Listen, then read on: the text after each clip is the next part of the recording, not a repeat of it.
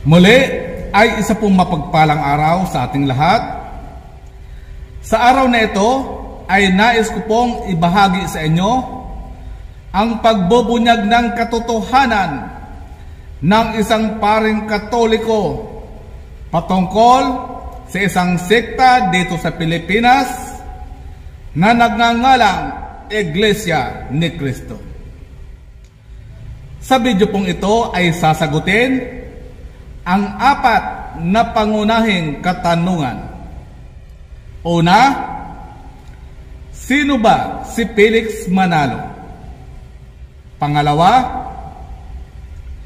siya ba ang tinutukoy na anghel sa sikatan ng araw na mababasa sa Pahayag 7, talatang 2? Pangatlo, ang sikatan ng araw na tinutukoy sa talata, Pilipinas ba? Pang-apat, INC 1914 ba ang tinutukoy na mga iglesia ni Cristo sa Roma 16:16? Yan po ang apat na pangunahing katanungan na sasagutin ng butihing paring si Father Redmond Nelo, Paris Press ng St. Vincent Ferrer sa Saragossa, Nueva Ecija. Nakakalungkot lang po na dahil sa pagsisiwalat niya sa katotohanan ito, ay ito po ang naging mitsa ng kanyang buhay.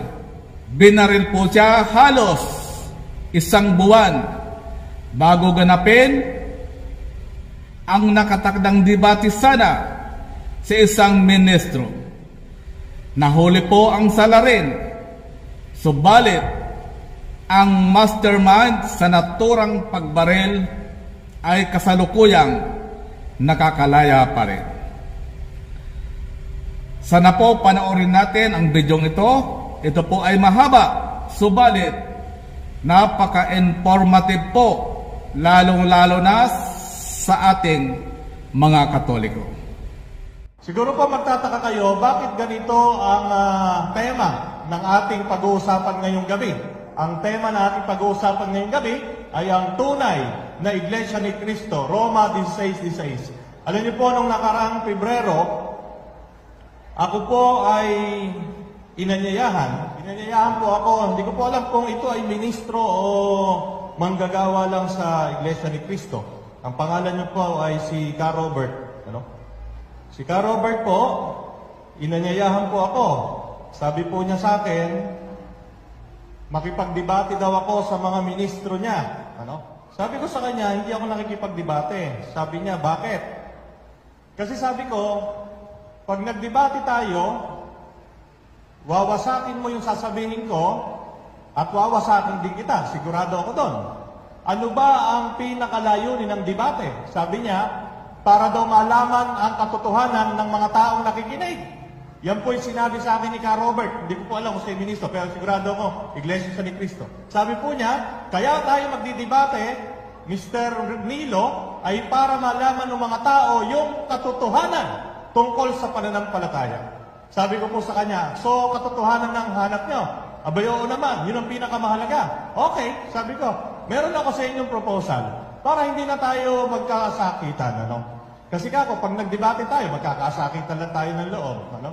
Ganito kako, ako po ay nag-propose kay Ka Robert. Pupunta ako sa inyong kapilya, imbitahan mo lahat ng ministro nyo, imbitahan mo lahat ng miyembro ng Iglesia ni Cristo, sasabihin ko sa harap nyo kung bakit kami ang tunay na simbahan, ang simbahan Katolika. At pagkatapos ko magsalita, lahat ng gustong magtanong, tanungin ako. At pagkatapos nun, ikaw naman kako, papupuntahin kita sa aming simbahan, dyan sa San Vicente Ferrer Parish, magsasalita ka sa harap ng kahit ako, 1,000 Katoliko, papupuntahin ko. Total naman ako, kayo, mga Iglesia ni Cristo, hinahakot yung mga Katoliko sa kapilya nyo para hindi na kayo mahirapan. pumunta yung pinakamahusay na ministro nyo sa simbahan namin at magpahayag kung ba't kayo ang tuloy na simbahan. Okay ba ako yun? Sabi po ni Ka Robert, bay maganda yan. Ano? Kasi kamo, katotohanan ng hanap natin, di ba? Ang alin po ginawa ko, nung sinabi niyang maganda yan, nagpaalam po ako sa obispo. Sabi ko, Bishop, iimbitahan ko yung ministro ng Iglesia ni Cristo, magsasalita sa loob ng simbahan. Sabi po na obispo, sige. Ano? Alam niyo po, hindi pumayag. Hindi pumayag kasi daw bawal sa Iglesia ni Cristo na may magsalita sa loob ng kanilang kapilya na hindi ministro. Ngayon, sabi ko sa kanya, kung katotohanan ang nais natin, dapat imbitahin niyo ako dyan at ako ay pupunta. Pero kung talagang katotohanan ang hanap niyo, itrompa niyo yung sinasabi niyo sa mga tao. Ano? At ngayong gabing ito ang pag-uusapan natin. Ang tunay na Iglesia ni Cristo. Pero mga kapatid, bago natin pag-usapan yan, kung mapapansin nyo, ang dami-dami ng miyembro ng Iglesia ni Cristo. At madalas doon, ang mga miyembro niyan, mga Katoliko. Mga Katolikong mababaw ang pangunawa sa ating pananampalataya. Pero bago tayo pumunta dyan, ang tanong natin ngayon ay, bakit ba paniwalang-paniwala ang mga miyembro ng Iglesia ni Cristo kay Felix Manalo, kay Iranio Manalo, at ngayon kay Eduardo Manalo? Tinanong ko po yung aking tiyahin. Meron pong ngayong tiyahin, kapatid ng tatay ko, lahat sila Iglesia ni Cristo. Sabi ko, bakit baka ako paniwala kayo dyan sa mga Manalo? Alam niyo ba sabi sa akin? Ba't hindi kami maniniwala, yan ang sugo. Yan ang sugo sa huling panahon. Yan ang anghel na itinalaga ng Diyos para ibago na muli ang tunay na Iglesia ni Cristo. Sa mga kapatid, lahat po ng miyembro na Iglesia ni Cristo, mga ministro, naniniwala na si Felix Manalo ang sugo. Ano? Kaya nga, bago natin himay-himayin ang banal na kasulatan, meron muna tayong dapat malaman. Ano yon? Ito, ang tamang paraan ng pagsusuri at pagpapaliwanag ng banal na kasulatan base sa pamantayang inilahad ng mga dalubhasa ng sa banal na kasulatan sa buong mundo. Bakit po kailangan yan? Alam niyo mga kapatid, ang Bible, yan ay salita ng Diyos. Lahat ng pastor, ministro, pare, lahat ng nagtatayo ng sekta naniniwala, yan ay salita ng Diyos. Hindi natin yan tinututulan at hindi natin yan sinasalungat. Pero, kahit yan ay salita ng Diyos, hindi mo pwedeng tratuhin yan na parang kang bumabasa ng social studies na libro. Hindi mo pwedeng tratuhin yan na parang kang nagbabasa ng mathbook o kaya ng teleserye o telenovela. Itong aklat na ito, kahit yan ay salita ng Diyos, kapag hindi mo pinag-aralang mabuti, mapupunta ka sa impyerno. At marami ng taong napunta sa impyerno dahil sa maling pagpapaliwanag ng salita ng Diyos. Pag po sinabi kong mga dalubhasa, sino ba yon? Ayan. O yung mga Katoliko at hindi Katoliko, kung hindi nyo po kilala yung mga taong nakasulat ang pangalan dyan, hindi po yan mga Katoliko lahat. Iba-iba po yan. May Katoliko, may Anglican, may Protestante, pero lahat ng yan kilala sa buong mundo bilang mahusay at dalubhasa sa banal na kasulatan. O, yung mga, lalo na mga Iglesia ni Cristo dito, baka hindi nyo kilala to. Baka kilala nyo lang ng mga tagapagpaliwanag ng salita ng Diyos yung mga ministro nyo. Tanungin nyo yung mga ministro nyo, sino po makamo itong mga tao na to? Picturean nyo kung gusto nyo pa. Itong mga tao na to ang sinasabi kong mga dalubhasa. Hindi ako. Ito. Okay. Next slide. Kapag binasa mo ang banal na kasulatan, 3 katanungan ang dapat mo munang sagutin. Dahil sa loob ng Biblia, marami aklat yan. Mula Genesis hanggang Apokalipsis o pahayag, mayroong 73 aklat na pinagsama-sama para maging banal na kasulatan o tinatawag na Biblia. 3 katanungan muna bago ka magbasa. Ano yon? Una, sino ang nagsulat ng aklat? Halimbawa, ang sulat San Pablo Apostol sa mga taga-Roma, si San Pablo ang nagsulat niyan. Ano ang layunin ng nagsulat ng aklat? Pangatlo, ano ang sitwasyon ng lipunan nung panahon na yon na isinusulat yung aklat? Tanong, yung mga Iglesia ni Cristo narito, sinasabi ba sa inyo ng ministro niyan? Sasagutin ko na kayo, hindi. Bakit? Nag-uusap kami ng aking mga kamag-anak eh. Ano gagawin? Lahat ng mga nagpapatawag ng pagpapamahayag, babanatan kagad ng talata. Babanatan ng talata, pero hindi ipapaliwanag kung bakit sinulat yung talata na yon. Hindi ipapaliwanag kung sino ang nagsulat ng talata na yon. Hindi ipapaliwanag kung ano ang layunin kung bakit sinulat yon. At kapag nasagot mo yung tatlo na yan, tsaka ka palang maaaring magpaliwanag ng mga talata dito sa loob ng Biblia. Ngayon, bago po tayo dumako dito, kailangan muna nating maunawaan kung sino si Felix Manalo. Bakit? Kasi po, kaya naniniwala ang mga Iglesia ni Cristo na sila ang tunay na simbahan ay hindi dahil sa Roma 16:16. Kaya sila naniniwala na sila na ang pangalan ng Iglesia ni Cristo, sila ang tunay na simbahan, hindi dahil sa sulat ni San Pablo Apostol sa mga taga-Roma. Sila ay naniniwala na sila ang tunay na simbahan dahil kay Felix Manalo, na pinaniwalaan nila na huling nasugo sa huling panahon.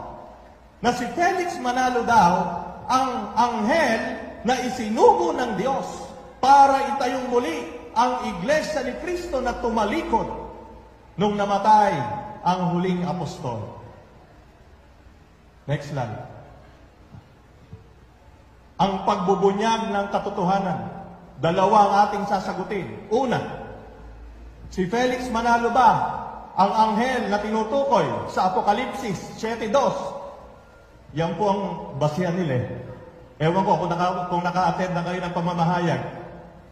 Sigurado ito ang sasabihin. Yung mga Iglesia ni Cristo narito. Diba? Ito ang basihan nyo kung bakit si Felix Manalo ang anghel na sugo. Apokalipsis 7:1-3. Pero particularly 7:2. Yung po Apokalipsis, ang isa pang pangalan niyan, pahayag. Meron pong Biblia, tinatawag yan ang pagbubunyag. Pero sa lumang Tagalog, Apokalipsis ang tawag. Okay. Yan yung una nating ibubunyag. Si Felix Manalo ba ang anghel na tinutukoy sa Apokalipsis? Napakahalaga po niyan. Kasi pag nakita natin kung sino ang tinutukoy dyan, wala nang kwenta yung INC 1914. Dahil malalaman nyo na kung sino talaga ang tinutukoy sa Roma 16:16. Ang pangalawang ibubunyag natin, ang INC 1914 ba, Iglesia ni Cristo 1914, na itinatag ni Felix Manalo, sila ba ang tinutukoy ni San Pablo Apostol sa kanyang sulat sa mga taga-Roma? Roma 16:16. Yan pong dalawa na yan ang ibubunyag ko sa inyo. Sabi ko nga po kanina, pag ako tinamaan ng kidlat dito, nagsisinungaling ako. Pero pag may nagtanong dito, tinamaan ng kidlat, yung pinanggalingan nyo, sinungaling. Okay, ang pagbubunyag ng katotohanan. Una, tanong, si Felix Manalo ba ang anghel na tinutukoy sa Apokalipsis? Sino ba si Felix Manalo? Baka hindi niyo pakilala. Papakilala ko muna sa inyo. Si Felix Manalo, taga-Taguig yan. Ipinanganak noong May 10, 1886. Tatay niyan, si Mariano Isagun. Nanay niyan, si Bonifacia Manalo. Ang tunay na pangalan ni Felix Manalo, Felix Manalo Isagun. Ang tunay na apelido niyan, kung kukunin yung apelido ng tatay, Isagun. Tapos, nagpalit ng pangalan. Tinanggal niya yung apelido ng tatay niya, ang ginawa niya apelido, yung apelido ng nanay niya. Ngayon, tanong, bakit? Hindi natin alam. Maaari tayong magkuro-kuro, pero hindi ko sasabihin kung bakit, kasi hindi ko alam. Kayo ba, o kayo, pag tinanggal niyo yung apelido ng tatay niyo, papatayin kayo ng tatay niyo, sigurado. Baka gulpihin kayo ng gulpihin. Pero bakit na tinanggal? Hindi ko po alam. Pero sa pangalan mismo, maganda ang naging kahulugan. Nung tinanggal niya Isagun, naging maganda yung kahulugan ng pangalan. Felix, masaya. Manalo, matagumpay. Masayang tagumpay. Masayang tagumpay ang kakamtin natin tuwing Huwebes at Linggo. Okay. Sino ba si Felix Manalo? Nung panahon siya pinanganak, 1986, 100% ang mga Pilipino Katoliko, kaya wala siyang choice. Katoliko siya. Kaya lang yung tsuhin niya, masungit na pare. Hanggang ngayon naman, may masungit pa rin pare. Dahil nakita niya na yung mga pare nung araw, at inabutan siguro yun ni Kuya Lito, na kung yung pare nung araw, pag sinabing luhod, luluhod. Pag sinabing magdasal, magdadasal. Pag sinabing kakikilos, diktador. Ayaw ni Felix Manalo yon. Dumating ang mga Amerikano, nung natalo yung mga Espanyol. Dumating sila, mga protestante, naging metodista si Felix Manalo. Hindi siya nakontento, naging Presbyterian. Hindi pa rin siya nakontento, Christian Mission Evangelist. Naging Seventh-day Adventist Minister. Kaya po yung mga kapitbahay natin dito, Metodista, Sabadista, galing si Felix Manalo dyan dati. At pagkatapos ng maging Seventh-day Adventist, litong-lito siya, nawalan siya ng pananampalataya sa Diyos. Sino po nagsabi nun? Hindi po ako, siya mismo nagsabi. Ano? Saan matatagpuan yun? Baka nakapagtabi kayo ng Philippine Free Press. February 11, 1950. Sino ba nagbabasa ng Free Press ito 1950? Ayan, meron pang pahina, page 2. Baka naman sabihin niyo, iniimbento ko lang na nawalan siya ng pananampalataya. Okay. Ayan po, page 2. Next slide. Ngayon, nakita na natin kung sino si Felix Manalo sa maiksing pagpapahayag. Siya ba ang anghel na tinutukoy sa Apokalipsis o pahayag? 7:2. Okay. Basahin natin ang Apokalipsis. Apokalipsis 7:1. Pagkatapos nito, may nakita kong 4 na anghel na nakatayo sa 4 na sulok ng daigdig. Pinipigil nila ang 4 na hangin upang huwag umihit sa lupa, sa dagat o sa alinmang punong kahoy. At nakita kong umaakyat sa gawing silangan ang isa pang anghel. Taglay ang pangtatak ng Diyos na buhay. Sumigaw siya sa 4 na anghel na binigyan ng kapangyarihang maminsala sa lupa at sa dagat. Huwag muna niyong pinsalain ng lupa, ang dagat o mga punong kahoy, hanggat hindi pa namin nalalagyan ng tatak sa noo ang mga lingkod ng ating Diyos. Naunawaan niyo ba yung Apokalipsis?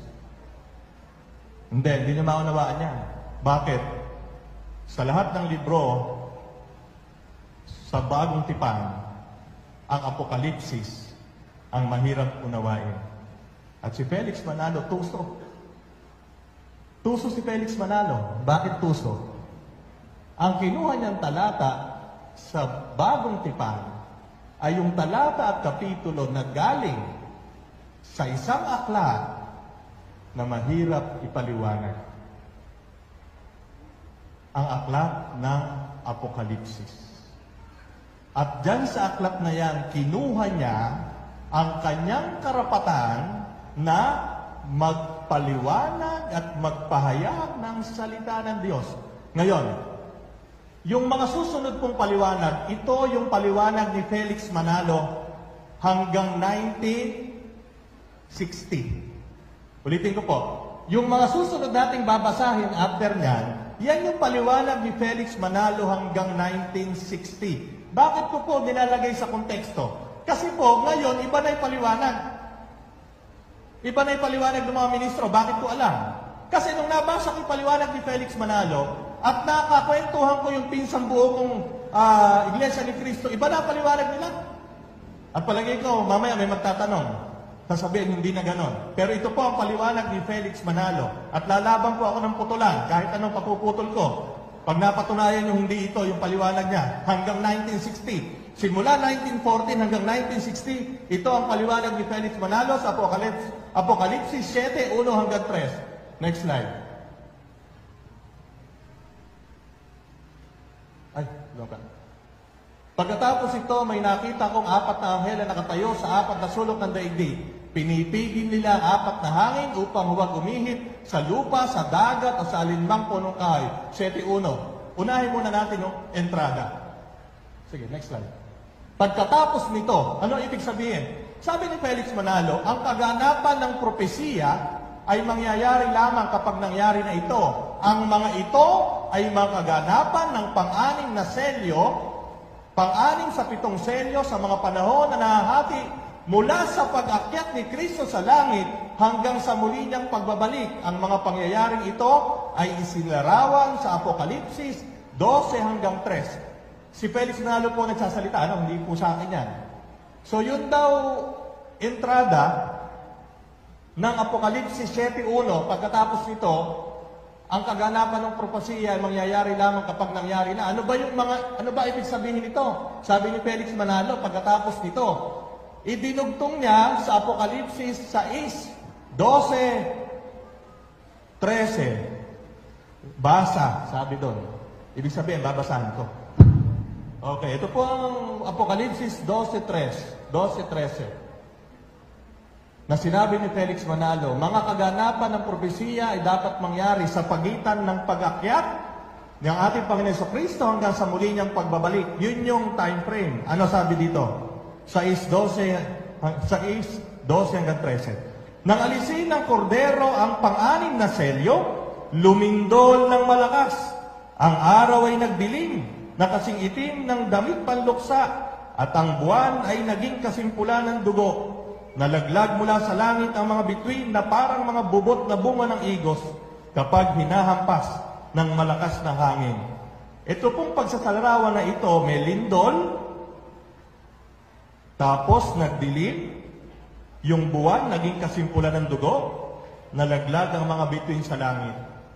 Ito ang paliwanag ni Felix Manalo. Una niyang paliwanag. Ano ba yung lindol na sinasabi sa Apokalipsis 6, 12, 13? Yan.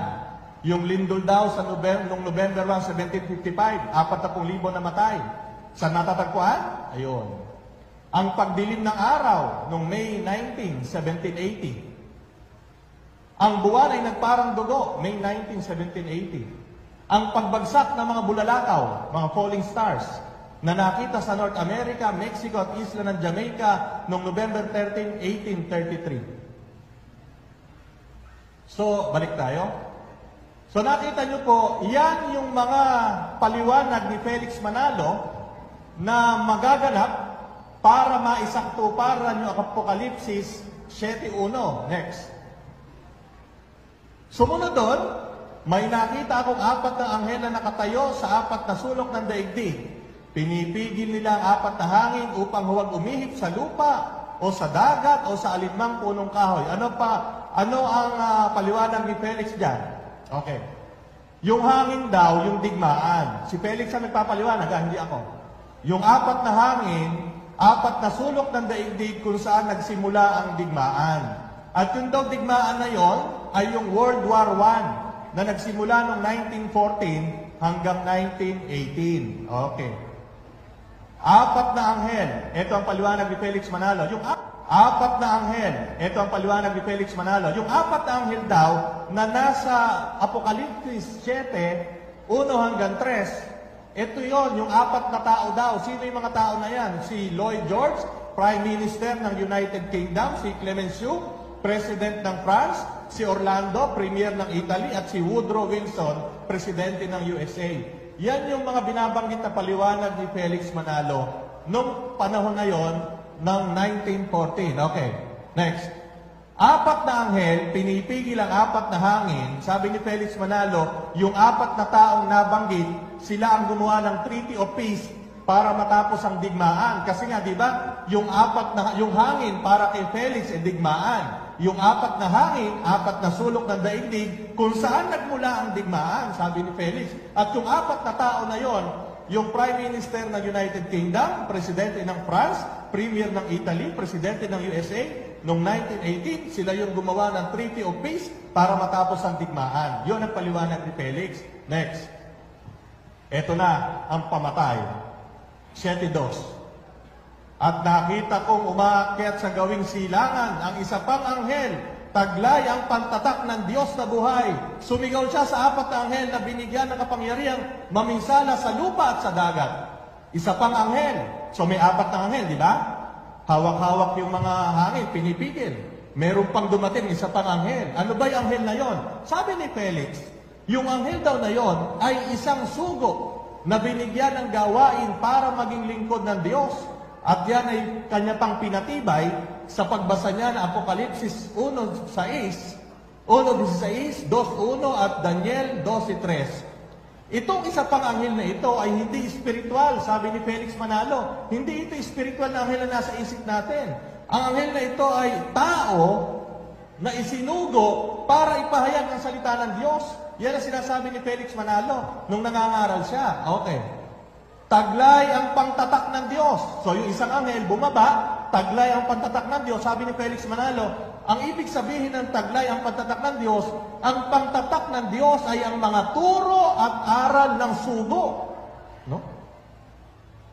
Yun ang sabi ni Felix Manalo. Okay, next. Ang isa pang anghel na taglay ang pangtatak ng Diyos ay ang ministro na isinugo ng Diyos upang ipangaral ang tunay na ebanghelyo.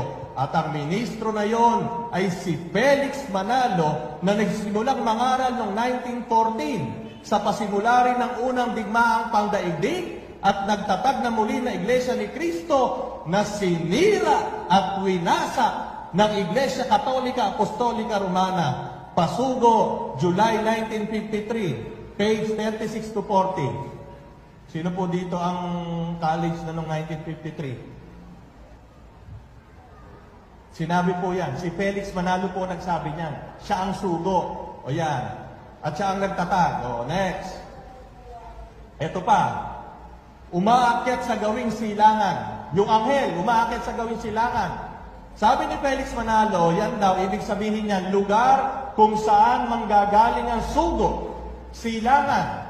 Ibig sabihin daw ng silangan kung saan tumatama ang unang sikat ng araw. Tanong, anong bansa ba yun? O, eto. Eto sabi ni Felix Manalo sa Ingles. Kung gusto nyo pong i-check, hindi ko po, eto po, i-check nyo. Kung meron, Kuya Lito, baka meron ka pa nito. New International Encyclopedia, Volume 18. 1950 plus. Sabi ni Felix Manalo sa Ingles, siya po nagsasalita niya, na kinokot ko siya. If we answer the question ourselves, it is possible that you will not believe us. Here is what New International Encyclopedia says. Which country in the East is the first to be struck by the rays of the sun? Question mark. The Philippine Islands, an archipelago forming the most northern group of islands in the Malaya Northeastern Archipelago. It lies within the wholly within the tropics. New International. Yan. Sabi ni Felix Manalo, o teka ha, hindi ako magsasabi sa inyo na Pilipinas ang tinutukoy sa Apokalipsis 7, 1 hanggang 3. Babasahin ko sa inyo, eka, ni Felix. O ayan, sinabi mismo na encyclopedia. Ay, teka, balik. Which country in the East is the first to be struck by the rays of the sun? The Philippine Islands. So, yan, eka. Hindi ako nagsabi. Sabi ni Felix. Yan, sinabi ng encyclopedia. Geography. Ang unang tinatamaan ng sikat ng araw, Pilipinas. Sa makatuwid, ang silangan sa propesiya ay ang Pilipinas. Sabi ni Felix Manalo. Okay. Next. Tanong, pero totoo ba ang paliwanag ni Felix Manalo sa Apokalipsis 7, 1 hanggang 3? O yun, SF, mga kapatid, totoo ba? Lahat po nang nakadalo dito ng pahayag na ito ang topic, nag-isip ba kayo? Totoo kaya sinabi niya? Saan ba niya hinugot yun? Sige nga, tingnan natin. Una, dalawa ang gagamitin natin dito, mga kapatid. Sabi kasi nung kaibigan kong diakono, si Israel Ocampo, tiga Haen, magtotalk daw ako ngayon, puro daw opinion ko lang sasabihin ko. Dalawang gagamitin nating pamamaraan para mas masaya. Una, common sense. Mamaya, yung Bible. Okay, may Bible to. Common sense muna. Yung common sense, hindi po na pag-aaralan yan. At hindi rin po na ituturo ng mga magulang yan. Kung marami kang na nainom ng bata, mas mataas ang common sense mo kaysa sa uminom ka ng agiw sa dapog. Okay. Gamitin natin ang common sense. Eto. Nagbigay si Felix Manalo ng mga pangyayari sa kasaysayan ng mundo na mayroong lugar na pinangyarihan at mga petsa ng pangyayari. Di ba? Sabi sa Apokalipsis 6, 12 hanggang 13, lumindol. Yung buwan umitim, nagdilim. Yung buwan naging kulay pula. Yung araw dumilim. Yung mga bituin nagkalaglagan. Yun ang sinabi niya. Eto, tingnan natin. Sabi niya, lindol sa Lisbon, ang kanya example. Tanong, next. Ang lindol sa Lisbon, ang sinabi ni Manalo, nakaganapan ng Apokalipsis 6:12. Pero kung titingnan mo sa kasaysayan ng mundo, may mas malalaking lindol pang nangyari maliban sa Lisbon. Kasi ang kontesyon ni Felix Manalo, simula nung umakyat sa langit si Kristo, hanggang sa kanyang muling pagbabalik, second coming, may mga mangyayaring mga kaganapan sa mundo. At yun ay nakapaloob sa Apokalipsis 6:12 hanggang 13. Ito ang sinabi niya example na lindol. Ngayon ang tanong doon, ang dami pang malalakas na lindol. Sa Manila, 1880, 1937, lakas niyan. Tokyo, Yokohama, 1923. San Francisco, 1906, nabiyak ang lupa dyan. Tanong, bakit yung Lisbon ang kanyang pinili? Ano? Ang usapan, yung pangyayari sa pagitan nung panahon na umakyat si Kristo sa langit at panahon ng kanyang muling pagdating. Ano na ngayon? 2017, di pa dumadating si Kristo. Yun ang isipin natin. Isip-isip. Next. Ang pagbagsak ng mga bulalakaw na nakita sa North America, pagbagsak ng falling stars. Yan. November 13, 1833. May problema dyan. Bakit? Sige, next slide.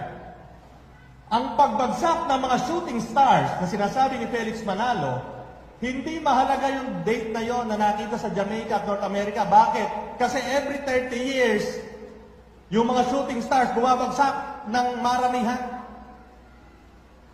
Tuwing 30 taon. Yung sinasabing pagbagsak ng mga bituin na binabanggit sa Apokalipsis 6:12-13 ay patungkol sa pangalawang pagbabalik ng ating Panginoon. Ibig sabihin, pag nagbagsakan ng mga bituin na yan, tatabunan tayo ng mga bituin. Bakit ko alam? Ayan, babasahin natin. Basa, eka. Basahin natin. Ano ba sabi? Mateo 24, 29 hanggang 30. Sige, tingnan natin. Mateo 29 hanggang 30.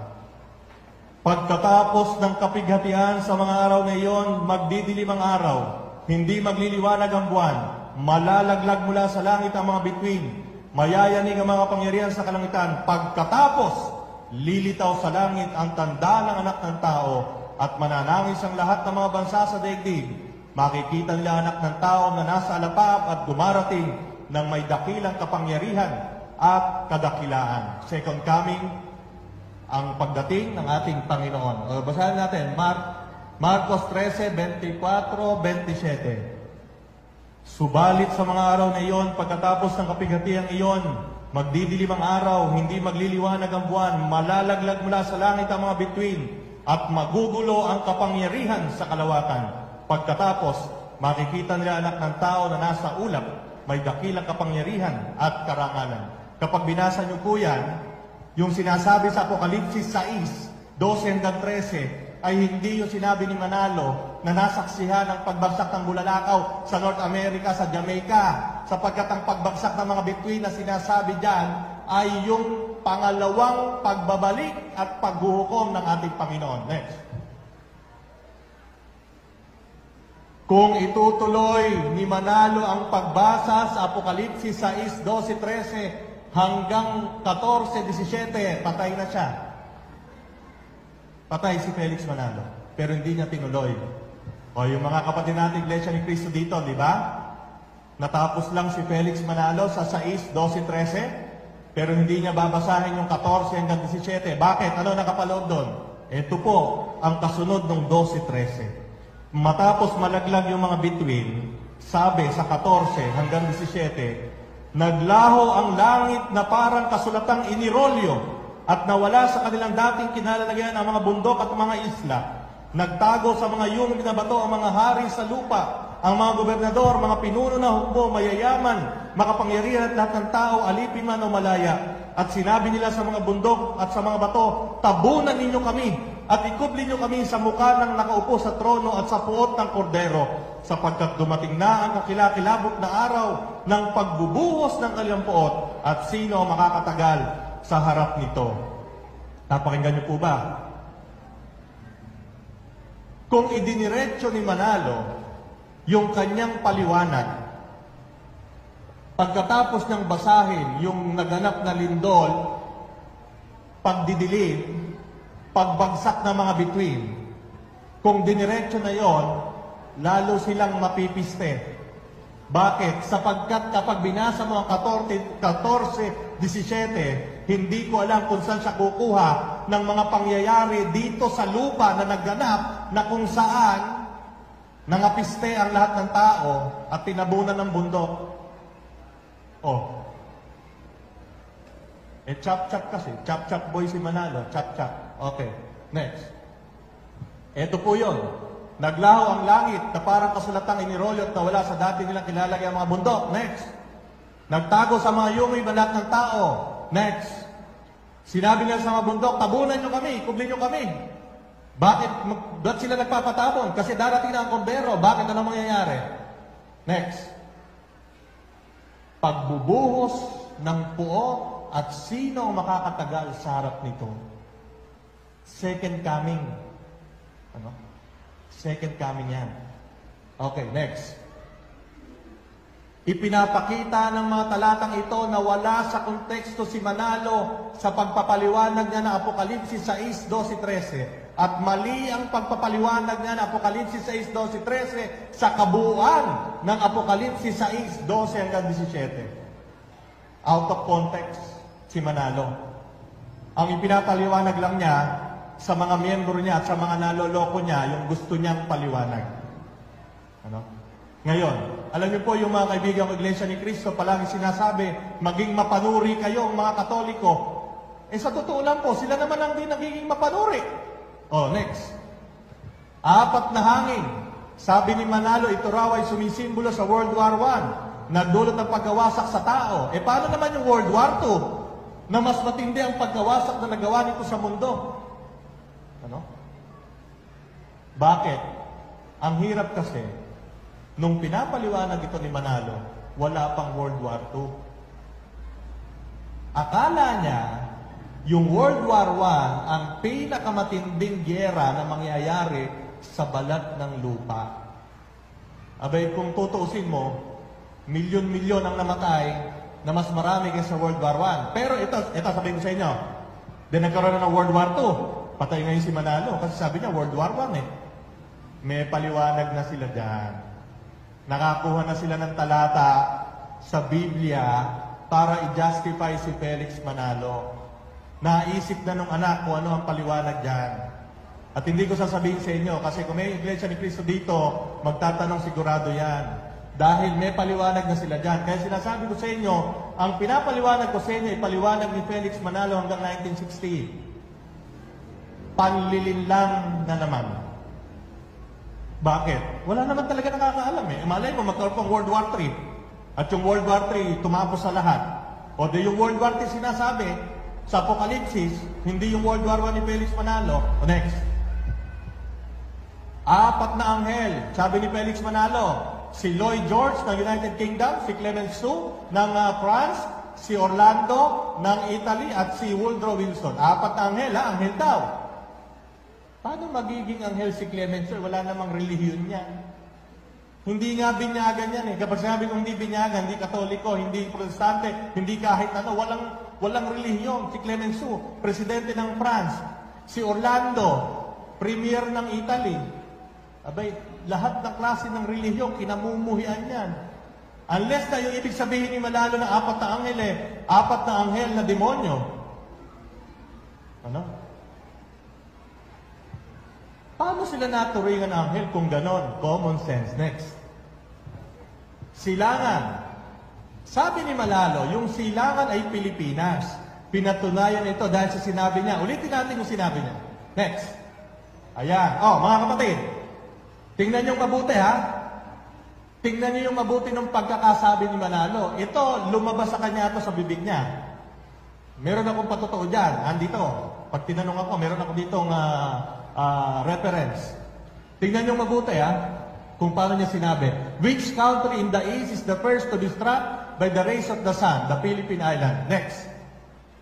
Pero ito ba talaga ang nakasulat sa New International Encyclopedia? Next. Ito po ang nakasulat.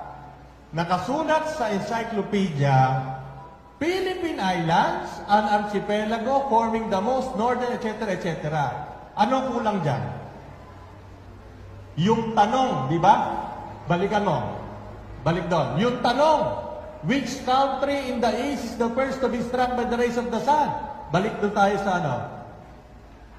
Pag binasa nyo sa encyclopedia na yan, walang tanong yon. Ano ginawa? May tanong, idinikit, ito. O kung meron kayong ganito, sige, buksan nyo, walang tanong. May tanong, idinikit ni Manalo to para magmukhang galing yung tanong sa encyclopedia. Ano ibig sabihin nun? Next. Intentional misquotation. Saan ba makikita yan? Eto. Sumulat si Manalo sa pasugo niya, buhay pa siya, 1947. Ang titulo ng article niya sa pasugo, yung pasugo po, dalawa lang ang pinaniniwalaan ng mga Iglesia ni Cristo, yung Biblia at yung pasugo. Ang title ng kanyang sinulat na artikulo, ang sulo na ikatitiyak na Iglesia Katolika. Ayan.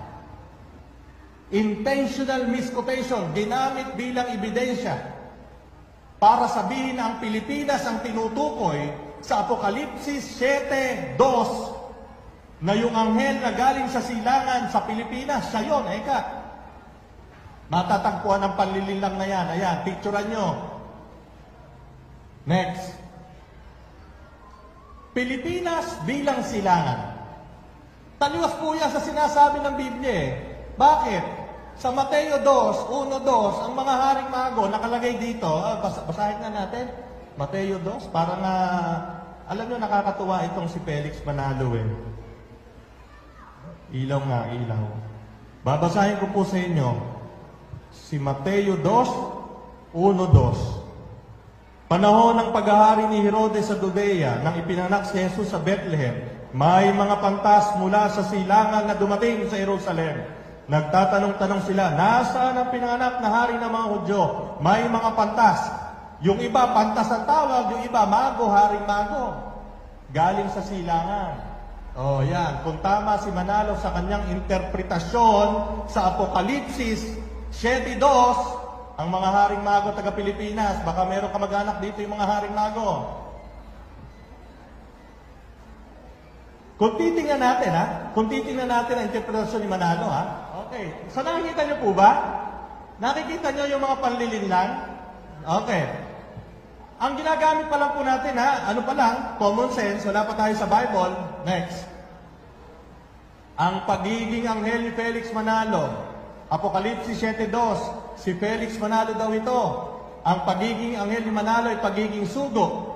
Tingnan nga natin sa Biblia kung sino-sino ang mga tinawag na sugo. Si San Juan Bautista sa Mateo 11:10, tinawag na sugo. Malakias 2:7-3:1. Basahin natin yan. Sasabihin ko sa inyo kung ano ibig sabihin ng sugo.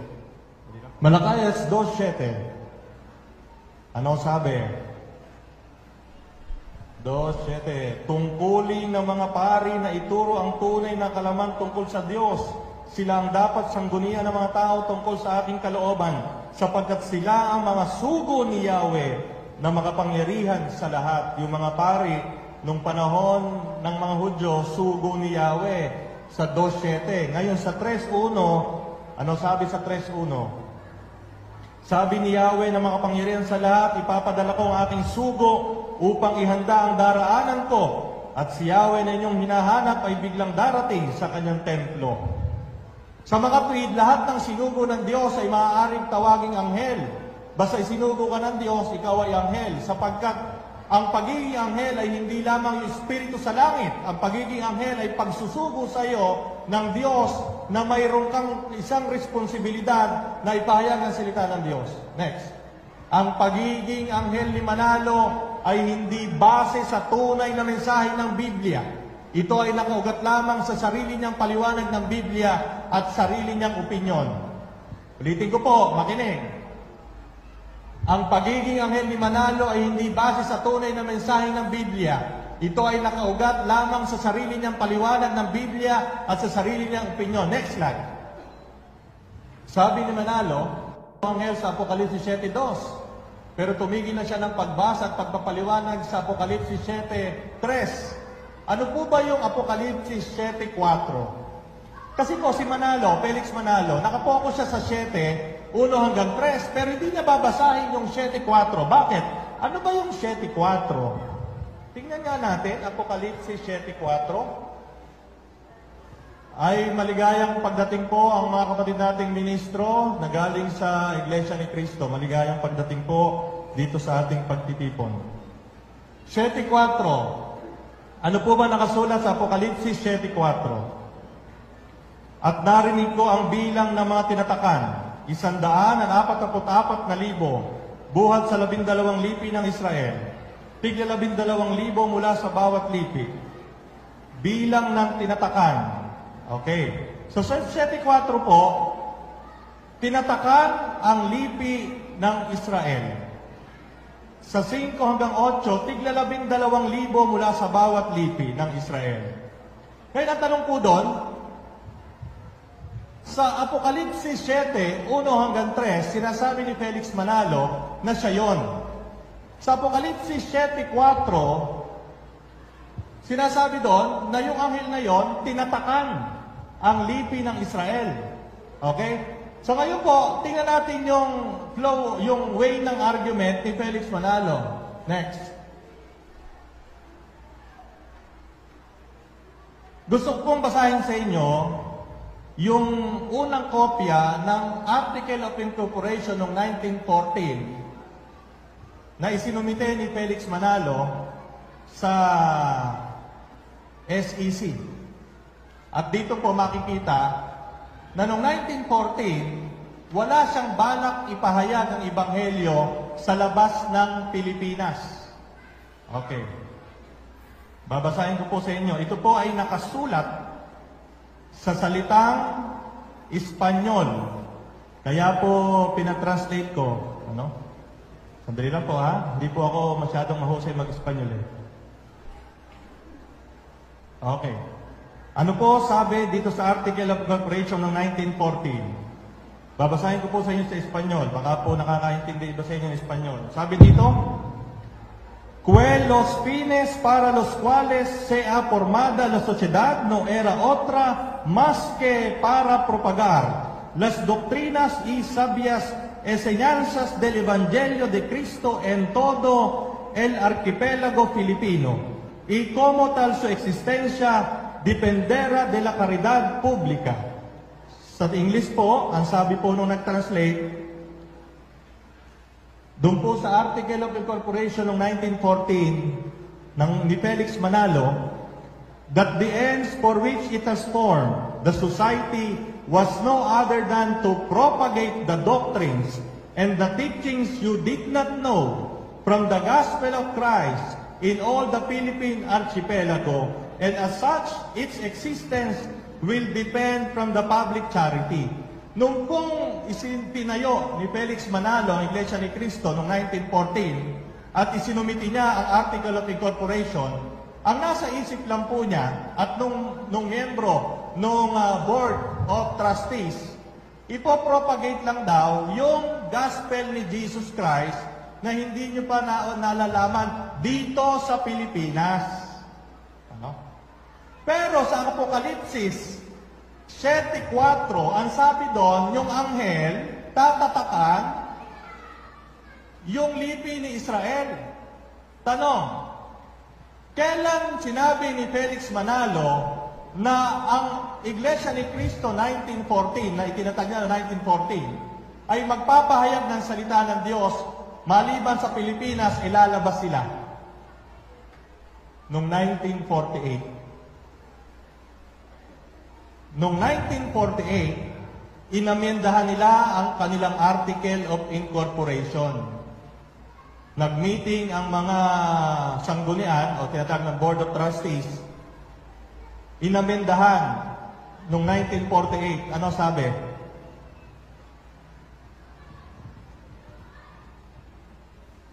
that the religious corporation has for its object the propagation of the pure and undefiled doctrines and teachings of the gospel of Christ in the Philippines and in other places.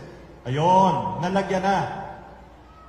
Undefiled doctrines and teachings of the gospel of Christ in the Philippines and in other places, which may be reached by her ministers and members to bring man to the service of God. Sinabi sa Apokalipsis 7:4, yung anghel tatatakan yung lipi ni Israel. Pero nung ni-register ni Felix Manalo yung kanyang sekta na itinatag noong 1914, wala silang balak lumabas dito sa Pilipinas. Okay? Noong 1948 lang nila na-realize na kailangan silang lumabas sa Pilipinas. Kaya nila inamyendahan yung Article of Incorporation. Next. Naitayo ang INC, Iglesia ni Cristo 1914 sa bansang Israel noon lamang March 31, 1996. Samantalang ang sabi sa Apokalipsis 7:4, yung anghel tatatakan. Ibig sabihin, pag lumabas yung anghel na yon, dapat tatakan mo na. Unahin mo yung lipi na Israel. Ano? Hindi ko na po babasahin. Binasa ko na kanina 7:4, narinig nyo naman. Next. Sa Apokalipsis 7:1-3, ang apat na anghel ay mas naunang lumitaw kaysa sa isa pang anghel. Pero sa kasaysayan ng mundo, si Manalo ay nangangaral na noong 1914. Sinabi niya na siya yung anghel, di ba? Yung huling anghel na lumabas sa Apokalipsis 1:3. Pero sina George, Orlando at Clemenceau, ito si George, ang Prime Minister ng United Kingdom, si Orlando ang Premier ng Italy, at si Clemenceau ang Presidente ng France. Naging pinuno lang yan ng bansa nila noong 1916. Sino ba naunang anghel na lumabas? Sabi ni Felix Manalo, yung apat na anghel, di ba? Sino ba siya doon? Yung huling anghel. Di ba? Next. Dispalinado ang paliwanag ni Felix Manalo pagdating sa Biblia. Kung ang kanyang karapatang mangaral ay dahil siya ang anghel na sugo ng Diyos, dapat 1914 pa lamang, sinabi na niya na siya ang sugo.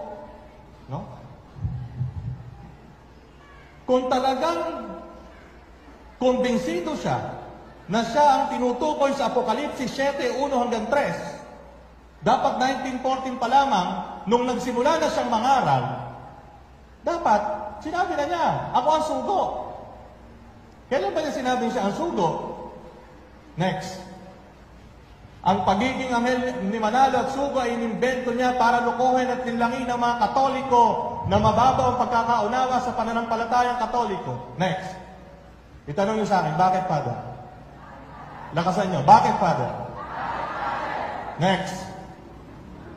Sabihin ko sa inyo kung bakit. Sapagkat nung nag-umpisang mangaral si Manalo noong 1914, wala siyang binabanggit na siya ang anghel o sugo. Ano? Sa Apokalipsis 7:3. O yung mga kapatid nating ministro na nandito, mamaya po sabihin niyo sa akin kung mali yung sinasabi ko, ha? Balik-balik. Noong 1914, nung nag-umpisang mangaral si Manalo, wala siyang sinasabi na siya ang anghel at sugo sa Apokalipsis 7:3. Next. Subalit, pagkatapos ng kumuha ng refresher course sa Sacred Scripture sa Amerika noong 1922, 8 taon na siyang nangangaral po niya, na? Doon niya naisip na siya yung anghel sa Apokalipsis 7:3.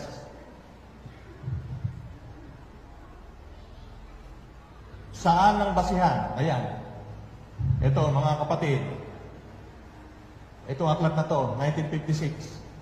Basahin nyo. Nandun yung mga direct statement ni Felix Manalo. Direct quotation. Next. Noong 1924, 10 taon makatapos siya magsimulang mangaral, sinabi na ni Manalo sa publiko na siya ang anghel na tinutukoy sa Apokalipsis 7:2. So yun po mga kapatid natin, Mamaya po, itama niyo po ako kung yung mga data kong sinasabi ay mali. Next. At noong 1927, sa pagpupulong ng mga kasapakat sa Tinajeros, Malabon, Rizal, ginawa niya ang kanyang official declaration, ang kanyang pagiging anghel at sugo sa bahay ni Mr. Rosendo Simon at sinaksihan ng mga Board of Trustees, si Teodoro Santiago, Justino Casanova, Maximo Valenzuela, Norberto Cruz, Igmedio Zabala, at marami pang kasabwat. At kung mapapansin nyo po, sa sanggunian na Iglesia ni Cristo, makikita nyo yung mga apelyido na yan. Next. Apokalipsis 7:2. At nakita ko umaakit sa gawing silangan ng isa pang anghel, taglay ang pantatak ng Diyos na buhay. Sumigaw siya sa 4 na anghel na binigyan ng kapangyarihang maminsala sa lupa at sa dagat. Ibig bang sabihin nito, sinigawan ni Manalo si George, na Prime Minister ng Great Britain, si Orlando, si Clemenceau? Paano niya sila masisigawan? Nasa Pilipinas siya. Hindi rin naman sanay si Manalo ng French at Italian. Next.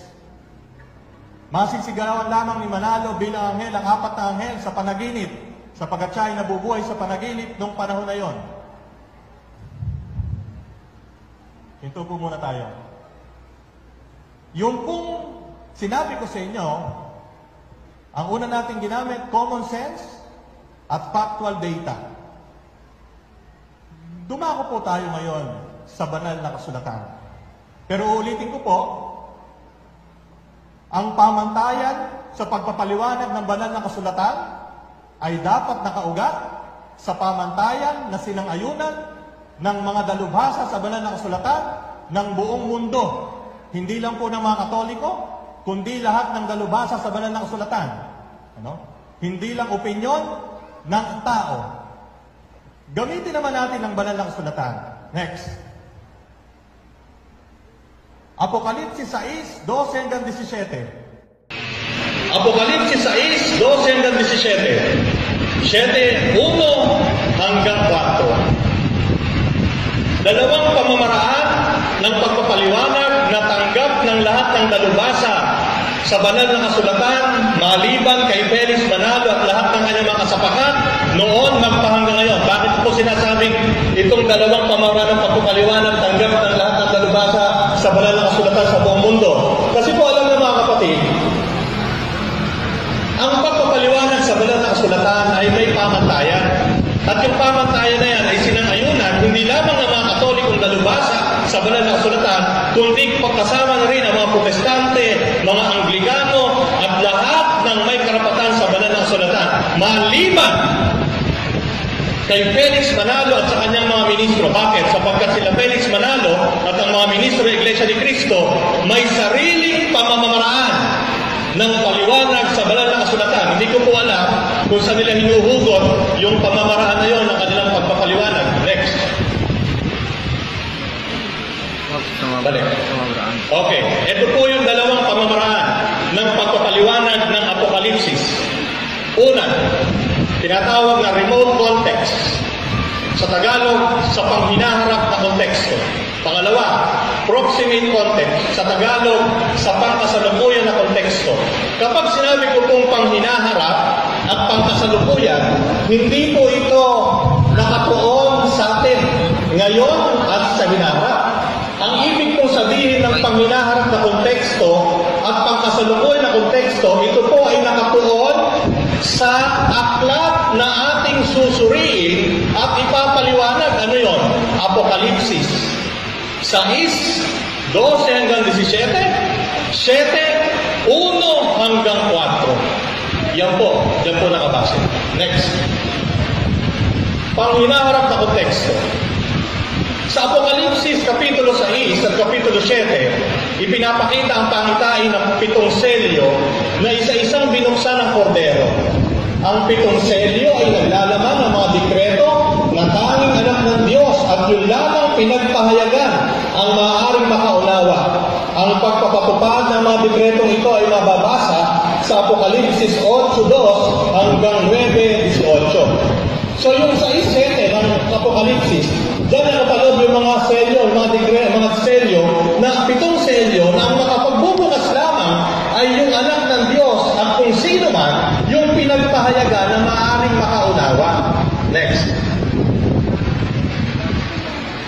Kung titingnan nyo po, eto po. Kung babasahin nyo yan, ni Francis Gigor, General Principles of Biblical Interpretation. Hindi po sumusunod yung mga Iglesia ni Cristo dyan. Ang sinusunod ng mga Iglesia ni Cristo, mga ministro nila, ay kung ano lang ituturo sa taas. Kung ano lang yung pahayag ng sugo, yun lang ang kanila susundin. Bakit nga? Kasi nga, kumbinsido sila na si Felix Manalo at yung anak at yung apo, sugo yun. Sila yung nasa Apokalipsis 7:1-3. Sa mga kung sugo yun, hindi maaaring magkamali sa pagpapaliwanag ng banal na kasulatan. Titingnan natin kung talagang siya ay sugo. Next. Pangkasalukuyang konteksto. Ang sumulat po ng Apokalipsis ay ang apostol na si San Juan Evangelista. Di po ba 3 tanong Para maging maayos ang pagpapaliwanag mo ng banal na kasulatan, 3 tanong ang dapat mong sagutin. Una, sino ang sumulat? Pangalawa, ano ang layunin? Bakit na sinulat yun? Pangatlo, ano ang sitwasyon? Noong panahon ay sinusulat niya ang aklat na yun. At kapag yun ang 3 tanong mo, hindi ka maliligaw. Pero kapag ang pamantayan mo lang ay yung personal na opinion ng pinuno mo, patay tayo dyan. Ngayon, ano ang pangkasalukuyang konteksto noong Apokalipsis? Ito ang pangkasalukuyang konteksto. Para aliwin ng inuusig na iglesia, sumulat si San Juan Evangelista ng kanyang pangitain patungkol sa pag-uusig na ginagawa sa iglesia noong panahon na yon at pinapayagan naman ng Diyos. Tanong, kailan ba sinulat ni San Juan Evangelista itong Apokalipsis? Bibigyan ko po kayo ng exact data. Ang aklat ng Apokalipsis ay sinulat ni San Juan Bautista noong taong 94 to 96 AD. 94 to 96 AD. Ano ang panahon na yun? Kasagsagan ng pag-uusig at pagpatay ng mga Romano sa mga Kristiyano. Yan po yung sitwasyon nung sinulat ng Apokalipsis. Pinapatay ng mga Romano ang mga Kristiyano. Kaya nga, si San Juan Bautista, sumulat siya ng kanyang pangitain para aliwin ng mga inuusig na miyembro ng iglesia, mga iglesia, mga Kristiyano na pinapatay ng mga sundalong Romano. Next. Ang pag-uusig sa iglesia ay magpapatuloy hanggat hindi pa nakukumpleto ang mga napili. Yan po ay makikita sa Apokalipsis 6, 10 hanggang 11. Next. 2 grupo ng napili. Una, napili galing sa Israel, Apokalipsis 7, 4 hanggang 8. Yan po yung sinasabi ko kanina, na kung talagang si Felix Manalo ang sugo, abay dapat, nung ipinail na yung kanyang Article of Incorporation, nakalagay na doon, na hindi lang sa Pilipinas sila magpapahayag, kundi sa ibang bansa, pero 1948 pa po niya binago yun. Ikalawa, napili galing sa mga hinti, Apokalipsis 7, 9 hanggang 10. Apokalipsis 7:2. Ang anghel ay isinugo para tatakan ang mga napili sa Israel. Ito po yung entrada na Apokalipsis 7:1. Pagkatapos nito, may nakita ako. Alam niyo po, itong sinabi ni San Juan Evangelista na ito, hindi ito pagpapahayag ng bagong pangitain. Subalit ito ay pagpapatuloy ng pangitain sa Apokalipsis 6. Si San Juan Evangelista, meron siyang vision, pangitain. Nakakita siya ng pangitain. Apokalipsis 6, meron ng pangitain. Lumilindol, umitim ang araw, bumagsak ang mga bituin. Nakakita ulit siya ng pangitain. Yung pangitain, balik. Sa 7:2, hindi ito pagpapahayag ng bagong pangitain, bagkus ito ay pagpapatuloy ng pangitain sa Apokalipsis 6. Next. 4 na hangin, 4 na anghel. Okay. Ang 4 na hangin Apokalipsis 7:1-3, kaparehas silang digmaan. Sa 6:1-2, pagkawat-watak. Sa 6:3-4, pagkagutom. Sa 6:5-6, pagkamatayan. Sa 6:7-8, ginamit ni San Juan ang Espiritu para sa mga Hudyo ay mga anghel. Yung Espiritu na nakalagay doon, 4 na anghel, ay katulad ng pananaw ng mga Hudyo nung panahon na yon. Next. At nakita ko umaakyat sa gawing silangan ng isa pang anghel. Sa pananaw ni Felix Manalo, siya yung anghel. Sa kanyang pananaw, ang silangan ay Pilipinas. Pero, dito sa pangitain ni San Juan Evangelista, ipinapakita ni San Juan kung saan niya nakita ang anghel na umaakyat. Pinapakita lang na sa pangitain niya, sinusulat niya, kinukwento niya kung paano niya nakita yung anghel na umaakyat sa gawing silangan. Bakit? Dahil siya ay nasa Patmos. Ano po ba yung Patmos? Ito ay isla sa bansa ng Greece. Ang lugar kung saan ang araw ay sumisikat sa silangan, coastal region ng Asia Minor. Next. Ang isa pang anghel na tinutukoy, maliban doon sa 4, kung susuriin nyo, ito po, context. Yan po wala ang Iglesia ni Cristo. Ang mga Iglesia ni Cristo kapag nagpaliwanag out of context. Bakit? Kung binasa nila yung buong libro ng Apokalipsis, makikita nila na yung anghel na tinutukoy sa Apokalipsis 7:2 ay si Kristo. Bakit? Pag-i-picturean po itong mga talata na ito. Lahat po ng talata na ito ay galing sa aklat ng Apokalipsis. Babasahin ko po sa inyo kung bakit po sinabing yung anghel sa Apokalipsis 7:2 si Kristo yun, hindi si Felix Manalo. Babasahin ko po sa inyo. Uumpisa ko po sa unang kapitulo ng Apokalipsis. Apokalipsis 1:1. Apokalipsis 1. Sabi dito, ito ang pahayag ni Jesucristo na ibinigay ng Diyos sa Kanya at Kanyang inihayag kay Juan na alipin niya sa pamamagitan ng anghel na Kanyang isinugo. Okay. Sa unang pagkakarinig, parang sino nagsusugo? Si Kristo, di ba? Parang si Kristo. Pero ulitin ko po. Ito ang pahayag ni Jesucristo na ibinigay ng Diyos sa Kanya. Okay? Pahayag ni Jesucristo na ibinigay ng Diyos sa Kanya. At Kanyang inihayag kay Juan. So yung Diyos nagpahayag kay Kristo. Si Kristo nagpahayag kay Juan. Alipin niya sa pamamagitan ng anghel na Kanyang isinugo. Sino nagsugo ng anghel? Yung Diyos. Sino yung anghel? Si Kristo. Paano po natin malalaman na si Kristo talaga yung anghel na yan? Basahin pa po natin. Apokalipsis 7:2.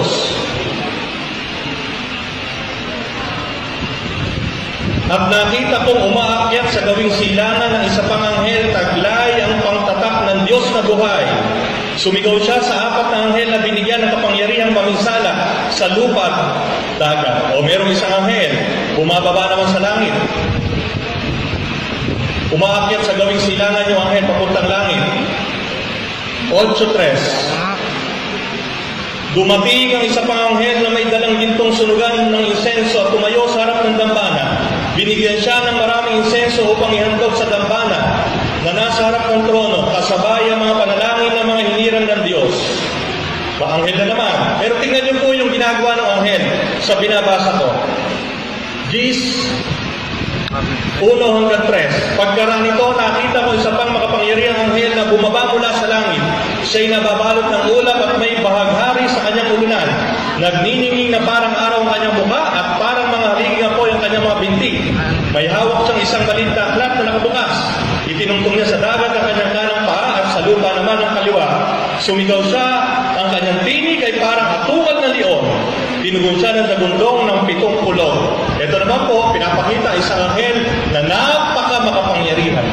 At sa bandang huli, 22-28, Ang sabi po dito,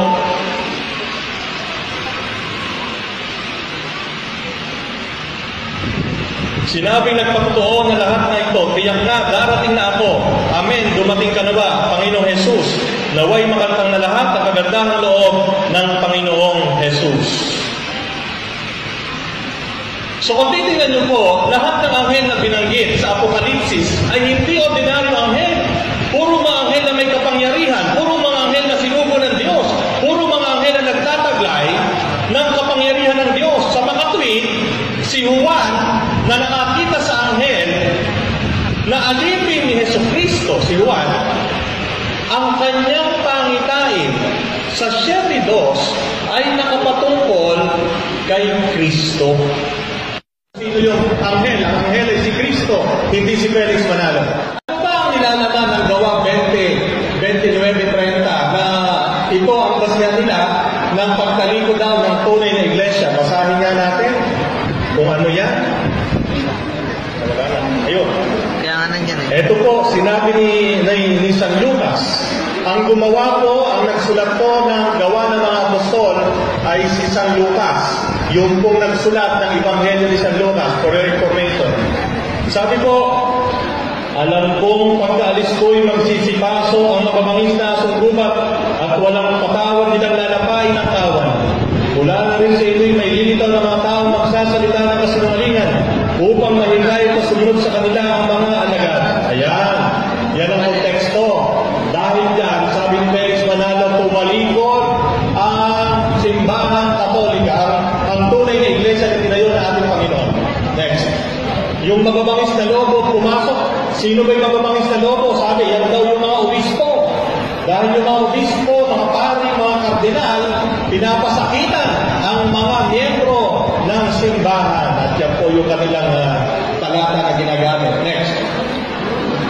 At sa ikalawang Tesalonica 2:4, sabi nila, yan daw ay patungkol sa Santo Papa.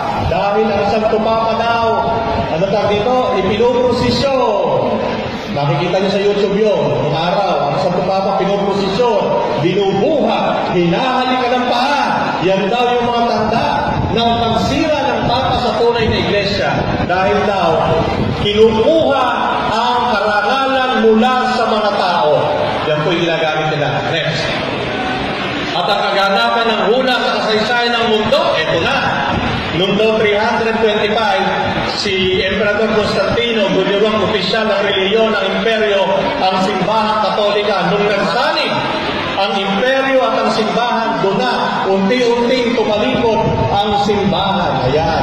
At si Emperor Justino, noong 6th century, nagsara na ang pagtalikod ng tunay na iglesia. Ibig po sabihin, sabi ni Felix Manalo, sabi ni Felix Manalo, ang pagtalikod ng simbahang katolika naganap noong pagkamatay ng huling apostol. Pero ang kaganapan ng pagtalikod naganap noong panahon ni Emperor Justino. Noong 6th century, nawala na ang tunay na simbahan. Ayun.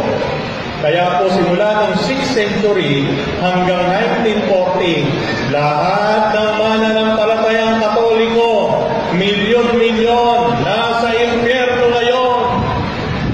Ulitin ko, noong 6th century, tumalikod na ang kaganapan ng pagtalikod ng tunay na iglesia at ang pagpusbong ng Iglesia Katolika Apostolika Romana. Yan ang umpisa ng pagkabulid ng tao sa impyerno. Kaya po noong taong 600 hanggang 1914, lahat ng tao doon, pati mga protestante, nasa impyerno. Noong pong pinagdinilayan ko yun, sabi ko, ayoko nang mapunta sa impyerno. Bakit? Siksika. May siksika na. 1,300 years, lahat ng Katoliko nasa impyerno. Hindi lang Katoliko. Nasiksika na doon. Kaya huwag na kayong mag-aasang pumunta sa impyerno, siksika, nahirap. Okay, next. Okay. Yan po ay blanco kasi sasabihin ko na sa inyo ang totoo. Yung po yung paliwanag nila. Ito ang katotohanan dyan. Una, si Felix Manalo, sabi niya, kapag wala sa Biblia, hindi totoo. Sabi niya dito, kapag wala sa Biblia, kapag hindi nakasulat sa Biblia, hindi totoo. Bakit? Sapagkat ang Biblia mismo ay makapagbibigay sa iyo ng katotohanan. Kumbaga, yung Biblia, self-sufficient. Pagbasa mo pa lang, ano na yung katotohanan? Kaya ang una niyang ginawa, tinanggal niya ang Fathers of the Church. Ano po ba yung Fathers of the Church? Yung mga kahalili ng mga apostol. Lahat ng sumusunod sa mga apostol, tinanggal niya lahat yun. Walang kwenta yan. Ang paniniwalaan natin yung mga apostol, namatay na lahat. Yung mga sumunod yan, wala nang kwenta. Bakit? Sapagkat ang Biblia, nakakapagbigay ng katotohanan. Ito pala.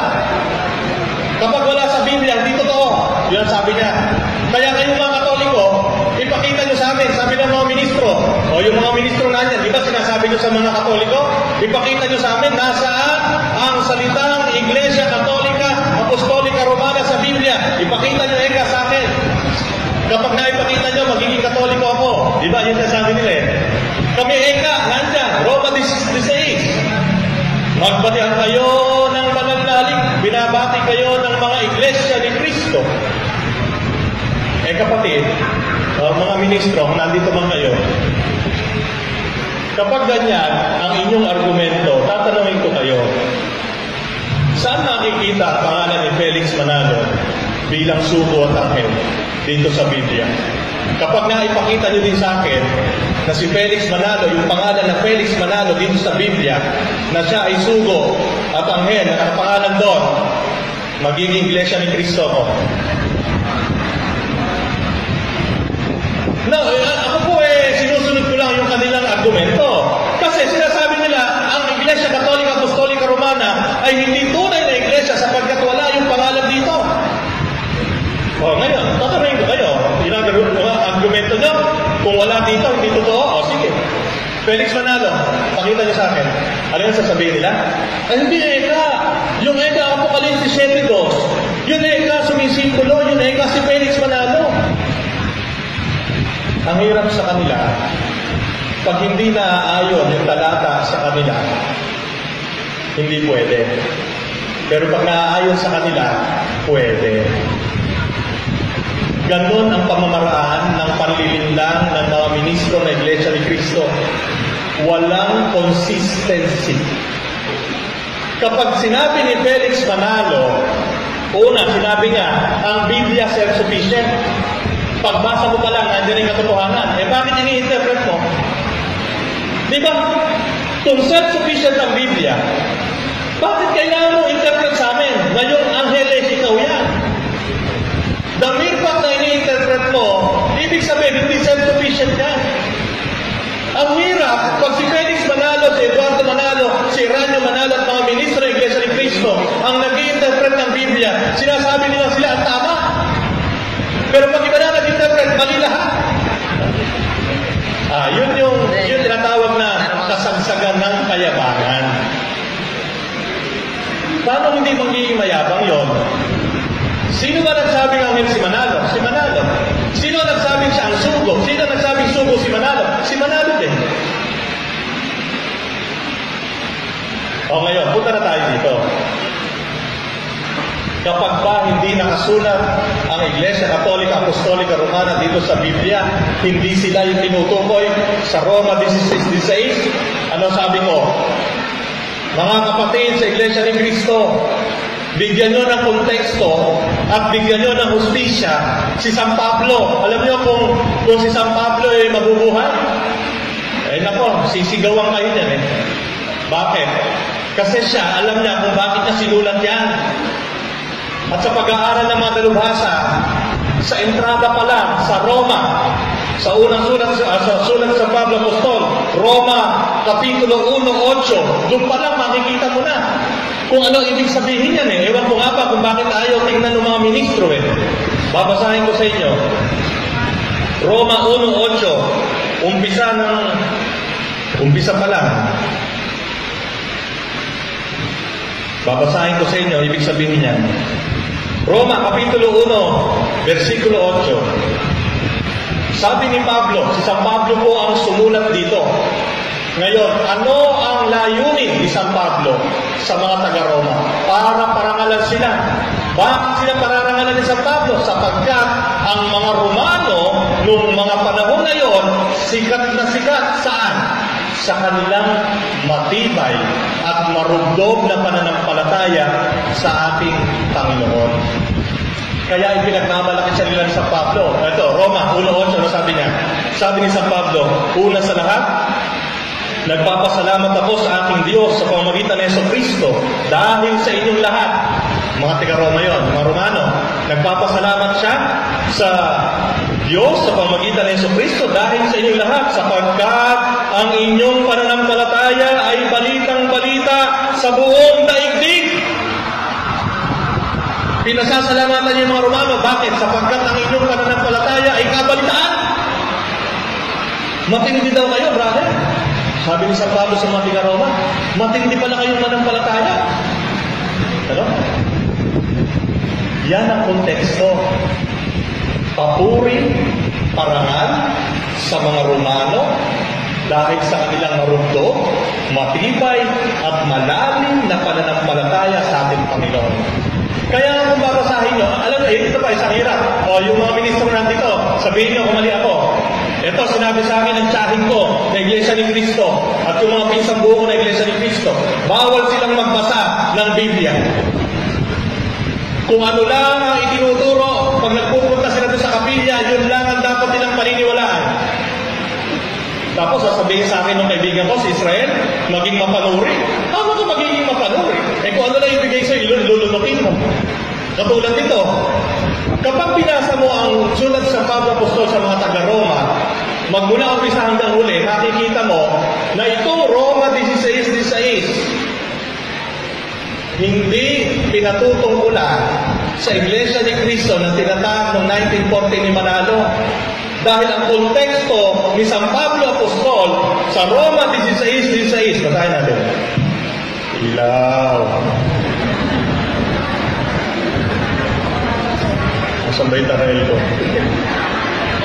Roma 16:16, sabi ni San Pablo, bago ito bago yung Roma 16:16, sa umpisa pa lang, dinating na ni San Pablo yung mga tagapaglingkod, manggagawa sa pagpapalaganap ng salita ng Diyos. At sa bandang huli, sabi niya, magbatian kayo bilang magkakapatid na nagmamahalan. Binabati kayo ng lahat ng mga iglesia ni Cristo. Ng lahat ng mga iglesia ni Cristo. Tanong, Father, kung hindi po yan yung Iglesia ni Cristo 1914 na tinatag ni Manalo, sino po yung Iglesia ni Cristo na yan? Balikan po natin yung tatlong pamantayan. Sino nagsulat? Ano ang layunin ng sulat? At ano ang sitwasyon nung sinusulat yun? Alam niyo po, yung unang mga tagasunod ni Cristo, mga Hudyo, kaya nga kung babasahin niyo yung gawa ng mga apostol, nakikita niyo, wala na si Cristo, pumupunta pa rin sila sa sinagoga. Pumupunta pa rin sila sa templo. Mga Hudyo yan eh. Mga Hudyo yan eh. Bakit ngayon sila tinawag na Iglesia ni Cristo? Kasi kinig out sila. Kinig out ng mga Pariseo.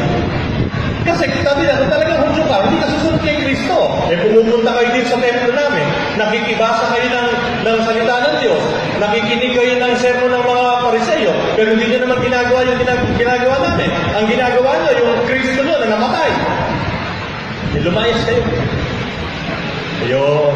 Kinig out ang mga Hudyo na Kristiyano nung panahon na yun. Kaya si San Pablo, sa lahat ng kanyang mga sulat, lalo na sa mga taga-Roma, ginamit niya Iglesia ni Cristo para bigyang diin na, hoy, hindi na kayo Hudyo, ha? Although Hudyo kayo, pero hindi na kayo Hudyo. Hindi na yan ang religion nyo. Sumusunod na tayo kay Cristo. Iglesia ni Cristo na tayo. Ano? Ngayon, sila ba yung INC 1940? Hindi. Bakit? Sige nga, kung may mga ministro pang nandito, ipakita nyo sa akin ang koneksyon ng Iglesia ni Cristo dito sa Pilipinas sa Iglesia ni Cristo sa Roma. Ito, Roma 16:6, mga Iglesia ni Cristo sa Roma. Sasabihin ng mga yan, kasi ito ang sinasabi sa akin ng aking mga kahin eh. Aba, hindi na ikaw maipapakita. Bakit? Kasi nga ikaw tumalikod na. Ano ka ba yung sabihin mo? Nalikod na lahat. Imagine nyo, nalikod daw yung tunay na iglesia. Yung lahat ng membro ng tunay na iglesia, nalikod. Kaya hindi na makikita yung koneksyon ng Iglesia ni Cristo 1914 sa Iglesia ni Cristo sa Roma 16:6 dahil nalikod eh. Sino natira? Si Felix Manalo. Tayo. Ito. Tayo. Roma 16:16. Isinulat. Kaya ba sinulat ito? Dali lang. Alam mo, napakadaling malaman kung sino nagsisinungaling ngayon eh, lalo sa mga sekta. Punta ka lang kay Google. Masarap si Google eh. Teka ha? Alam mo si Google palagay ko, darating yung araw, magkakaroon ng iglesia ni Google. Mahusay eh. Okay. Yung sulat ni San Pablo Apostol sa mga taga-Roma ay isinulat noong taong 56 AD. Tagal naman lang ba? Ano? 56 AD. Ang nakakatawa niya, itong mga iglesia ni Cristo na ito sa Roma, noong 56 AD, matutuntun mo hanggang ngayon. Walang pati, hindi nalipod, nagpapatuloy. At tandaan nyo, punta rin kayo sa iglesia ni Google. Tingnan nyo yung mga apostol, isa-isa nyo kung nasan sila ngayon. Lahat ng simbahan, lahat ng iglesia, lahat ng komunidad na itinayo ng mga apostol nung sila'y nabubuhay pa hanggang ngayon, nakatayo pa rin. Sulat ni Apostol San Pablo sa mga taga-Efeso. Pumunta kayo sa Turkey. Ang Efesos po nasa Turkey. Naandun pa rin. Hindi na. Sulat ni San Pablo Apostol sa mga taga-Thessalonica. Thessalonica nasa Greece. Pumunta kayo sa Greece. Naandun pa rin. Nakatayo. Ano yun? Simbahan Katolik. Tanong. Kung ba nakapangalan sa Iglesia ni Cristo 1914, Roma 16:6, sila na original? Hindi. Sabi nga ni Brother Paras ng Catholic Faith Defenders, Levi's, ewan ka na dyan, ha? Yung Levi's na nasa Robinson at Levi's na nasa Bangketa, parehas na Levi's ang pangalan, pero original ba yung nasa Bangketa? Yung ticket 350? Sino original? Nasa Robinson. So, ibig sabihin mga kapatid, hindi po ang pangalan ng INC 1914, Iglesia ni Cristo, sila na yan. Una-una, hindi nga nila masabi kung saan sila nagmula eh. Kumbinsido sila na si Felix Manalo Angel. Ayun na, pinakita ko sa inyo. Ang anghel na tinutukoy sa Apokalipsis, sa pahayag, sa pagbubunyag, ay hindi si Felix Manalo, si Kristo. Sa nasusulat, basahin mo kasi yung buong Apokalipsis. Hindi ka chap-chap boy. At yan mga kapatid, ang ibig kong sabihin, ang tunay na Iglesia ni Cristo. Ang tunay na Iglesia ni Cristo ay nakapaloob ngayon sa simbahang Katoliko. Bakit? Dahil sa banal na kasulatan at dahil sa kasaysayan. Amen? Amen. Bukas na po ang tanungan. Base sa pangalawang topic. Yan. Panghuli. Dahil ang mga Iglesia ni Cristo, ang kanilang pamantayan ng pagpapaliwanag ng Biblia ay chap-chap, kumukuha kung saan-saan, pagduduklay-duklayin para makabuo ng isang turo. Ito isasuggest ko sa kanila. So, chap-chap. Alin yung verb? Mateo 27:5.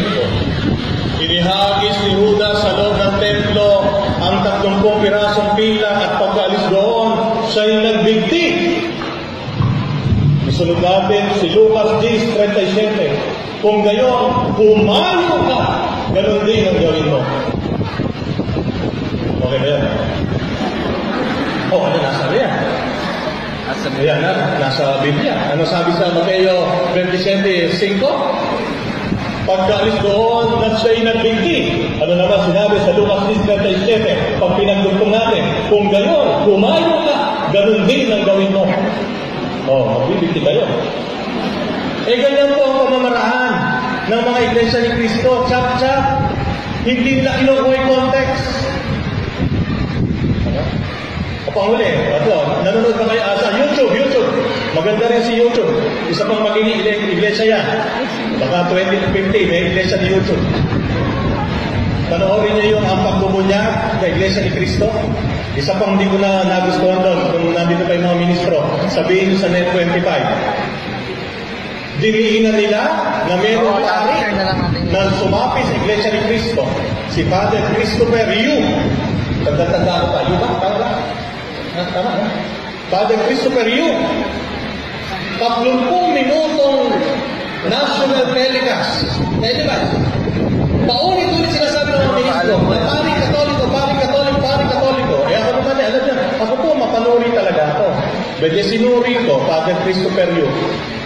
Alam niyo po ba, hindi po siya pari Katoliko. Siya po ay miyembro ng Apostolic Catholic Church. Hindi po, wala pong kaugnayan ng Apostolic Catholic Church sa Roman Catholic Church. Pero ang mahirap, yung kung nandito pa yung mga ministro, mahirap sa mga ministro nyo na nasa Net 25, diniinan ng 30 minuto paulit-ulit na paring Katoliko ito lumipat sa Iglesia ni Cristo. Hindi ko po alam kung tinanggal na nila doon, pero kahit tanggalin nila, na-download ko na.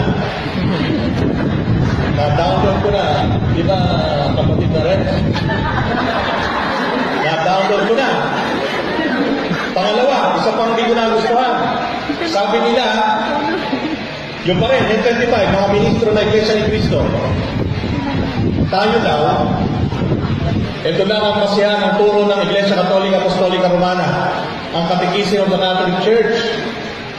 O yung mga iglesia na dito, ito po ang itsura ng Katekismo ng Catholic Church na palaging binabanggit ng ministro nyo. Ito po itsura niyan. Sabi po ng mga ministro, Iglesia ni Cristo, ito lang daw ang pasihan natin sa pagtuturo, hindi daw ang Biblia. Kung di ba naman kayo Katekismo. Ayokong magkuha dahil mahirap.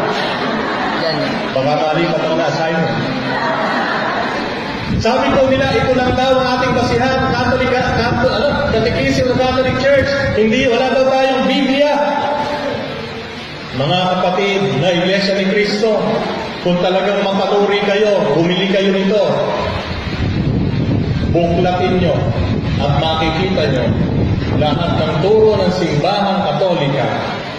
Nakapaloob din lahat ng talata sa Biblia na basihan at pundasyon na itinuturo ng simbahang Katolika. Huwag po kayong ilulog ng lulok sa sinasabi ng mga ministro nyo. Hanapin nyo yung aklat. Bakit ko nasabi lulok na kayo ng lulok? Kung isang araw, may nag-post si Israel Ocampo. Taga Kalabasa yata. Kalabasa ba? Ipinos.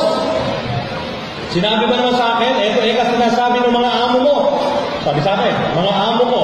Sino ba yung amo ko? Then siyempre, mga obispo, yun ang aking boss. Then, tinignan ko yung pinost niya. May nakalagay doon.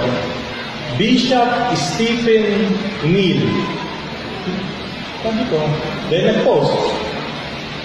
Talagay ko naman dito, obispo Katoliko. Pero, madiin si Israel. Sinasabi na, obispo Katoliko. Abay, pumunta na naman ako sa iglesia ni Google.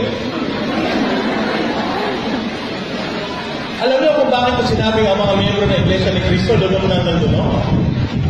Bakit ka magpo-post sa Facebook nang hindi mo sinusuri yung pinopost mo? Alam niyo po si Bishop Stephen Neal, kung sino? Siya po ay hindi Katoliko, siya ay Anglican. Ang mga Anglikano, walang koneksyon sa Katoliko, pero mali naman yun. Kaya mga kapatid, kung tayo mapanuri, makikita natin ang panlilinlang na ginagawa ng mga Iglesia ni Cristo. Kristo. Sa pamamagitan ng paggamit ng Biblia at pagtsatsak. Sinabi ni Manalo, Felix Manalo, ang Biblia daw self-sufficient. Ba't ko ini-interpret? Ang hirap, si Felix Manalo, si Errado Manalo, si Eduardo Manalo, pwede magpaliwanag sa Biblia. Pero kami, hindi pwede. Bakit? Kasi daw, yung lolo nila sugo. Ayun, pinakita ko sa inyo, sino ba sugo? Sino ba nagsabing sugo siya? Yung Biblia. Sabi ng mga Iglesia ni Cristo, binasa Biblia, yung Biblia eka, sinasabi, sugo siya. Tukuhin mo rin ang panahon. Hindi Biblia nagsabi, kayo ang nagsabi. Kasi kung tunay mong susuriin ng Biblia, hindi ganun ang sinasabi ng Biblia. Ang sinasabi ng Biblia, yung isang anghel, si Kristo, hindi si Felix Manalo. Amen! Huwag ninyong katakutan ang pumapatay ng katawan, ngunit hindi naman nakakapatay ng kaluluwa. Sa halip, ang katakutan ninyo ay ang Diyos na nakakalipol ng kaluluwa at katawan sa impyerno. Ubus lakas silang sumigaw. O Panginoong makapangyarihan, banal at tapat, huwag na po ninyong patagalin ang paghatol at pagpaparusa sa mga taong pumatay sa amin. Binigyan ng puting kasuotan ang bawat isa sa kanila at sinabi sa kanilang magpahinga ng kaunti pang panahon hanggang sa mabuo ang bilang ng kanilang mga kapatid at kasamahan sa paglilingkod kay Kristo na papatayin ding tulad nila.